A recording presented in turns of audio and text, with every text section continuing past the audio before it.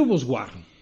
El 28 de juny de 1813 va néixer a Vallmoll una nena que arribaria a tenir projecció universal, Maria Antònia París. Avui, en el bicentenari del seu naixement, desitjo unir-me de cor a les religioses de Maria Immaculada, missioneres claretianes, la congregació que ella va fundar al costat del pare Claret per a l'educació cristiana de la humanitat i servei a l'Església. El seu naixement en l'esmenada població de l'Alt Camp va obeir a la condició de refugiada de les tropes napoleòniques que tenia la seva mare.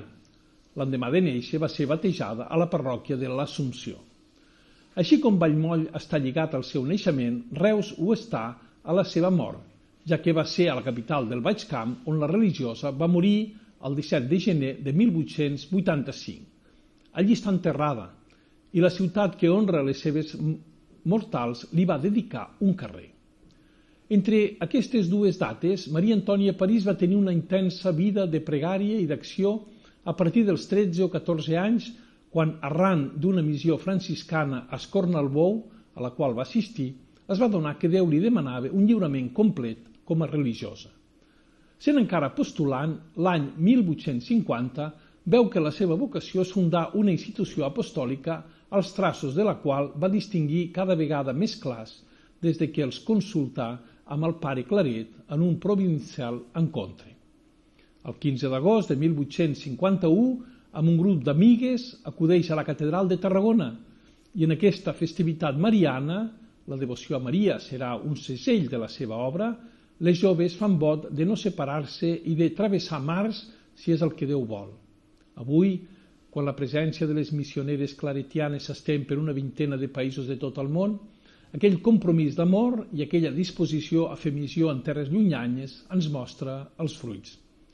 L'any 1855, a Santiago de Cuba, d'on era arquebisbe el pare Claret, va néixer formalment la institució fundada per la venerable Maria Antònia París.